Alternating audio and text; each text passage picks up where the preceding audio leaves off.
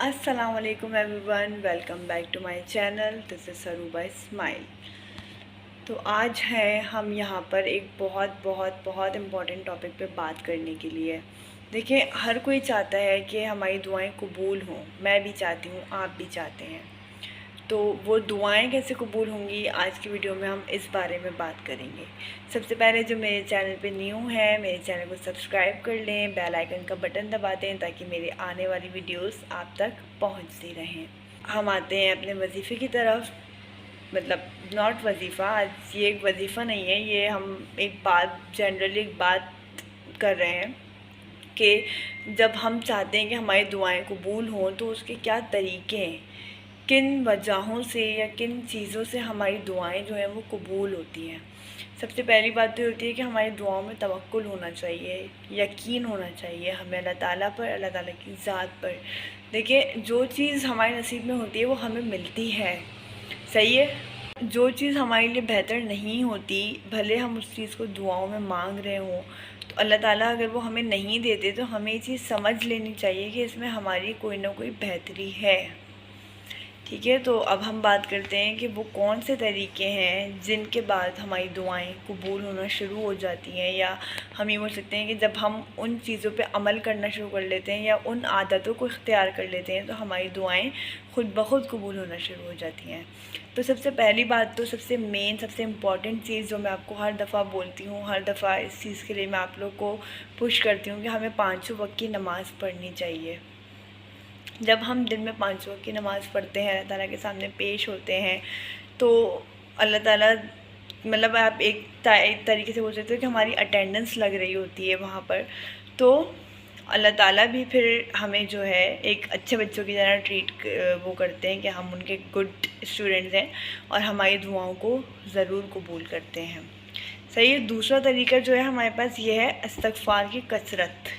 دیکھیں، استغفار تو ایک ایسی چیز ہے جو ہمیں مطلب باکثرت کرنا چاہیے. مطلب ہر وقت ہم استغفار کو پڑھیں. استغفر اللہ رب من کل ذنب واتوب الیہ، یا استغفر اللہ.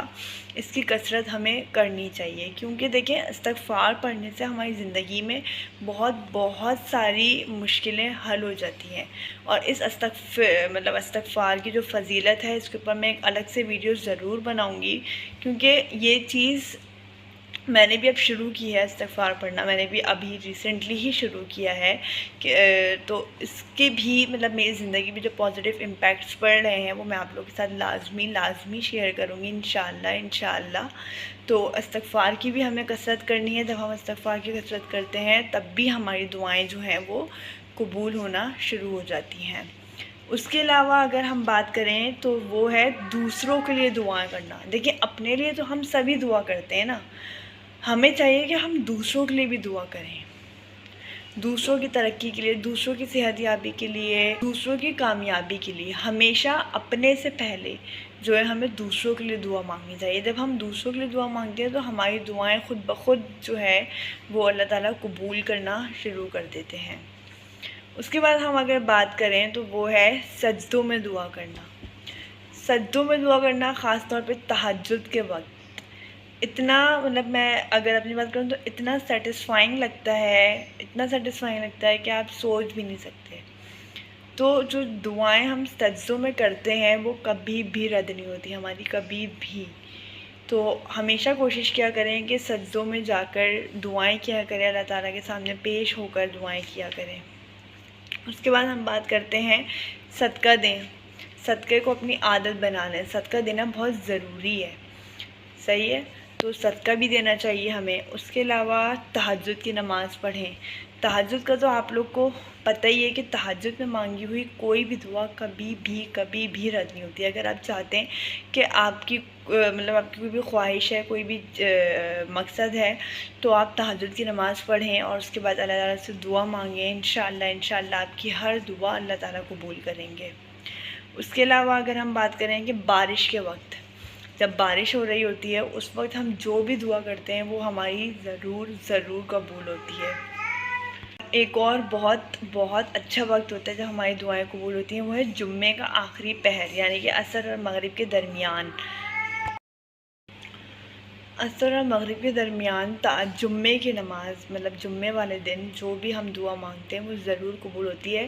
عصر سے مغرب کے درمیان ہمیں اللہ تعالیٰ سے دعائیں مانگتے رہنا چاہیے، کیونکہ ہمیں نہیں پتہ ہوتا کہ کون سا وقت قبولیت کا ہوتا ہے۔ اور اس بارے میں ایک اور بات یہ بولوں گی کہ ہمیں مطلب میں تو پرسنلی کرتی ہوں کہ ہر وقت کوئی نہ کوئی دعا مانگتے رہو، کیونکہ ہمیں نہیں پتہ ہوتا کہ کون سا وقت قبولیت کا ہے۔ بہت سے لوگ ایسے ہوتے ہیں کچھ مطلب انہوں نے کچھ بولا اور وہ قبول ہو گیا تو وہ آگے سے بولتے ہیں کچھ اور ہی مانگ لیتے۔ تو یہ ناشکری ہمیں کبھی بھی نہیں کرنی چاہیے، کبھی بھی نہیں۔ ہمیں جو چیز اللہ تعالیٰ نے دے دی اس پہ خوش ہونا چاہیے، اس پہ اللہ تعالیٰ کا شکر ادا کرنا چاہیے۔ تو یہ کچھ طریقے ہیں ہماری اپنی دعائیں قبول کروانے کے۔ اگر ہم چاہتے ہیں کہ ہماری دعائیں قبول ہوں تو ہمیں سب سے پہلے نماز کی پابندی کرنی ہے، استغفار کی کثرت کرنی ہے، صدقہ دینا ہے، دوسروں کے لیے دعائیں کرنی ہیں، بارش کے وقت دعا کرنی ہے، تہجد میں دعا کرنی ہے، اور جمعے کے دن دعا کرنی ہے۔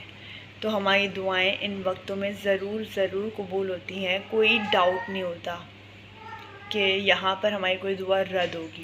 تو آپ کی بھی اگر کوئی خواہشات ہیں، کوئی مقاصد ہیں جن کو آپ پورا کرنا چاہتے ہیں تو آپ ان وقتوں میں اور اپنی عادتیں ڈال لیں، نماز پڑھنے کی عادت ڈالیں، تہجد پڑھنے کی عادت ڈالیں، صدقہ دینے کی عادت ڈالیں، استغفار پڑھنے کی عادت ڈالیں، اور پھر اس کے بعد آپ دیکھیں کہ آپ کی زندگی کتنی آسان ہو جاتی ہے۔ مطلب میں تو یہ بولتی ہوں کہ آپ کے منہ سے جو دعا نکلے گی وہ قبول ہوگی، اور دوسروں کے لیے دعا لازمی کرنی چاہیے۔ تو آج اسی بارے میں مجھے بات کرنی تھی۔ ہم ملیں گے انشاءاللہ ایک اور نئی ویڈیو کے ساتھ۔ اگر آپ نے میرے چینل کو سبسکرائب نہیں کیا ہے تو میرے چینل کو سبسکرائب کر لیں، ہم ایسی اور اچھی باتیں آپ کے ساتھ کر سکیں۔ ملیں گے ایک اور نئی ویڈیو میں، تب تک اپنا بہت سارا خیال رکھیے گا، دعاؤں میں یاد رکھیے گا۔ اللہ حافظ۔